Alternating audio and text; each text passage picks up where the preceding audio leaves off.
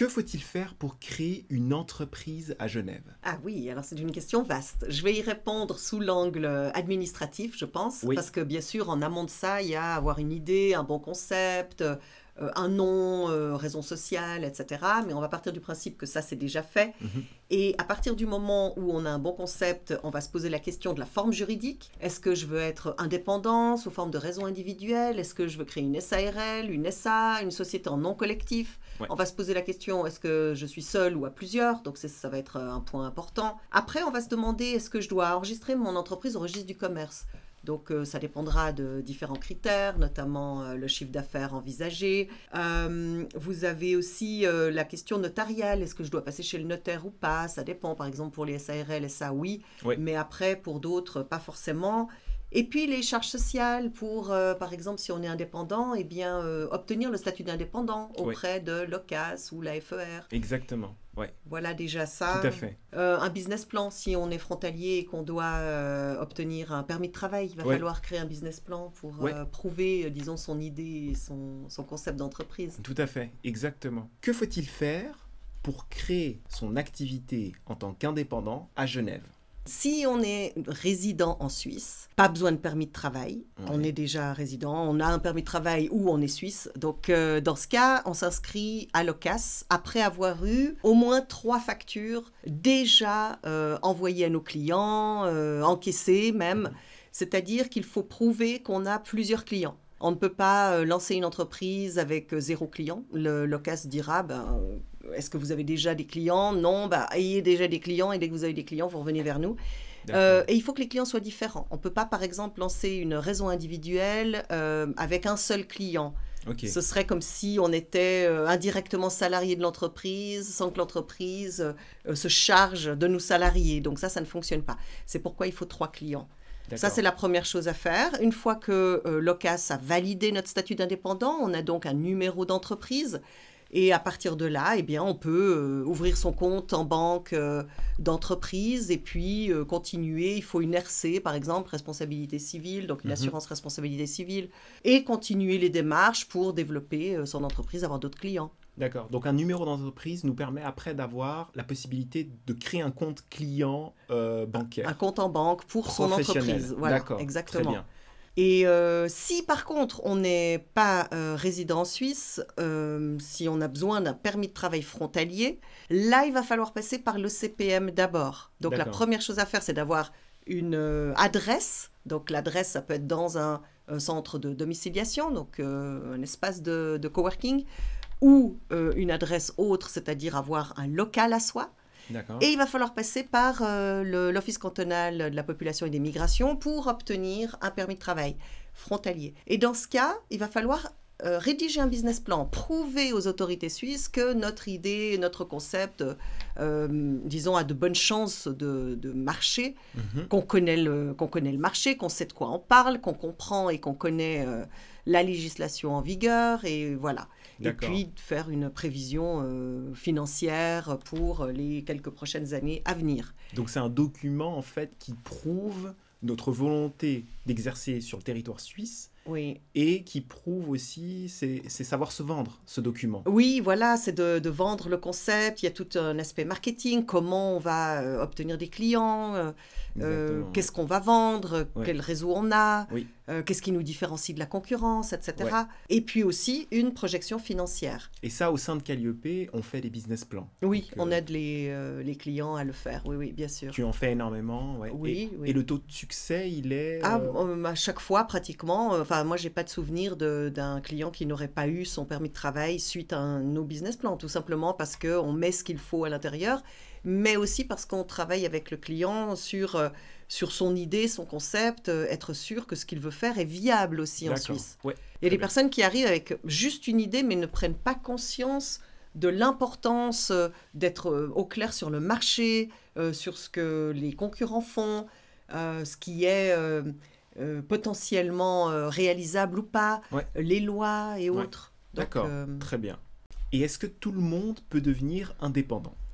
Alors, Beaucoup y aspirent, tout le monde ne dure pas hein, dans la situation d'indépendance parce qu'il y a quand même un minimum, c'est d'avoir les compétences dans le domaine qu'on va vendre, un bon concept ou alors un bon produit ou alors des services qui se démarquent. Il va falloir vraiment évaluer en quoi nous sommes différents. Donc, qu'est-ce qui nous rend uniques? À partir de là, si on a ce bon concept, si nos services ou produits se démarquent, il va falloir se poser 2-3 questions du style est-ce que j'ai les moyens financiers de me lancer Par exemple, est-ce que j'ai une réserve parce qu'en général, quand on se lance, il y a des frais de démarrage, mais aussi des frais dans la durée pour maintenir l'activité alors qu'on n'a pas encore beaucoup de clients. Ouais. Beaucoup optent pour être salarié et à côté avoir un statut d'indépendant. Oui. C'est possible, mais il peut y avoir 2 points de vue. Le premier point de vue, c'est ça permet de payer nos factures, d'être salarié tout en étant indépendant, mais l'un des deux, le salariat ou l'indépendance, va l'emporter sur l'autre parce que on a trop de travail en tant que salarié, on n'arrive plus à mener notre activité indépendante, ou alors on a trop de travail en tant qu'indépendant, on n'arrive plus à mener notre activité salariée. Donc, si on commence par une activité 50-50, ou peu importe, 60-40 ou autre, il va falloir quand même bien évaluer au fur et à mesure si on continue comme ça ou si à un moment donné on arrête le salariat, etc.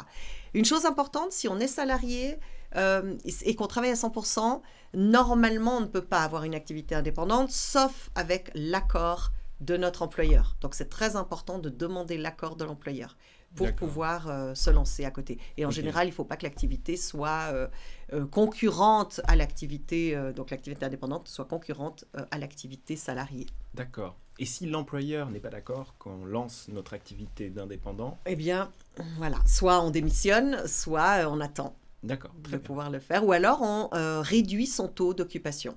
Ah oui. Ça, c'est une solution. Réduire le taux d'occupation. Par exemple, de travailler plus qu'à 60%, et comme ça, 40% peut être dédié à une activité indépendante. D'accord. Donc, c'est quand on est à 100% qu'on doit avoir l'autorisation du directeur ou du patron. Exactement. Mais si on travaille à moins de 100%... On peut utiliser le reste du temps comme bon nous semble, mais attention, de nouveau, il faut quand même que l'activité ne soit pas concurrente. En tout cas, l'idée, c'est d'avoir de bons rapports avec son employeur. Et donc, si on a une activité salariée, de ne pas mener une activité indépendante qui puisse nuire à l'activité salariée. D'accord, ouais, très bien. Quand on veut créer une raison individuelle, quelles sont les étapes exactes par lesquelles on doit passer pour devenir indépendant à Genève, spécifiquement à Genève? Si on est résident suisse, il n'y a pas besoin de permis parce qu'on en a déjà un ou peu importe, où on est suisse. C'est vraiment avoir un bon concept, lancer son activité, trouver des clients et ensuite passer à l'OCAS pour obtenir le statut d'indépendant. D'accord. Avoir 3 factures au minimum, remplir le formulaire en ligne auprès de l'OCAS. Puis l'OCAS revient vers nous et nous envoie un document à remplir plus détaillé, faire une prévision financière en termes de revenus, parce qu'on va être ensuite assujetti donc pour les charges sociales, cotisé pour les charges sociales, et ça va être en fonction de cette planification qu'on a faite de revenus sur l'année. Dans certaines activités, la SUVA va déterminer si notre activité peut donc être validée comme activité indépendante. Et là, il va falloir remplir des documents, par exemple dans la construction ou des métiers techniques. Il va falloir remplir des documents spécifiques. Et l'OCAS, c'est quoi exactement? L'Office cantonal des assurances sociales. Donc, c'est ceux qui s'occupent de tout ce qui est AVS, AI et autres, et qui donnent le statut d'indépendant. D'accord. Donc, c'est eux qui disent si oui ou non, tu peux être indépendant ou pas. Disons si l'activité est reconnue comme une activité indépendante. D'accord. Et c'est eux qui te fournissent un numéro d'indépendant. Voilà, le numéro IDE, donc un numéro d'entreprise qui est fourni dès que l'activité est considérée comme une activité indépendante. On reçoit un document avec un numéro IDE. Et quand tu as ce numéro IDE, c'est que tu es officiellement indépendant, tu peux commencer à vendre tes services ou tes produits auprès des personnes. Voilà, on a le statut d'indépendant, on a le numéro IDE et on peut déjà commencer à vendre ses produits et ses services avant, puisqu'on est obligé d'avoir 3 factures pour pouvoir devenir indépendant. Oui. Mais pour le rester ou pour développer son entreprise, il faudra effectivement passer par le CAS et obtenir ce statut. Et cotiser aux charges sociales, AVS et autres. Oui. Ok, très bien. Beaucoup de gens ne comprennent pas la différence entre l'Office cantonal des assurances sociales et le registre du commerce. Beaucoup de personnes pensent que pour devenir indépendant ou pour créer son activité, créer son entreprise, il faut obligatoirement passer par le registre du commerce. Et ça, c'est une question très importante. Nous avons eu des clients qui ont voulu créer une activité indépendante, qui ont peut-être été mal orientés au départ par les conseillers qu'ils ont eus auparavant et qui sont allés au registre du commerce, qui ont inscrit leur entreprise sans ensuite aller à l'OCAS. Donc, ça veut dire qu'ils n'étaient pas indépendants. Ils avaient une entreprise enregistrée au registre du commerce sans que cette activité indépendante soit reconnue officiellement. Donc ça, c'est très important. Le registre du commerce, c'est une chose. Si notre chiffre d'affaires atteint 100 000 francs, ça devient obligatoire. Avant 100 000 francs, on peut s'enregistrer au registre du commerce de manière volontaire, mais pas obligatoire. En revanche, une fois que vous êtes au registre du commerce, vous n'êtes pas considéré comme indépendant. Pour ça, il faut aller auprès d'une caisse de compensation, par exemple le CAS dont on parlait tout à l'heure.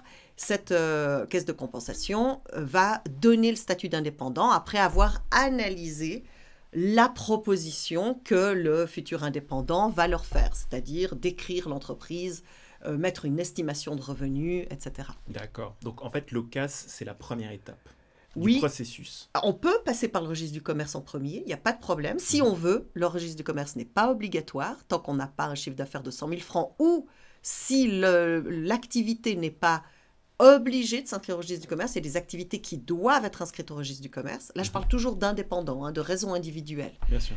Si c'était une SARL, ce serait différent. Elle est enregistrée au registre du commerce automatiquement. Mais en tant qu'indépendant, le registre du commerce n'est pas obligatoire tant qu'on n'a pas atteint 100 000 francs de chiffre d'affaires ou si l'activité n'est pas obligée de s'enregistrer au registre du commerce. Donc, il y a un certain nombre d'activités qui doivent s'enregistrer, les autres non.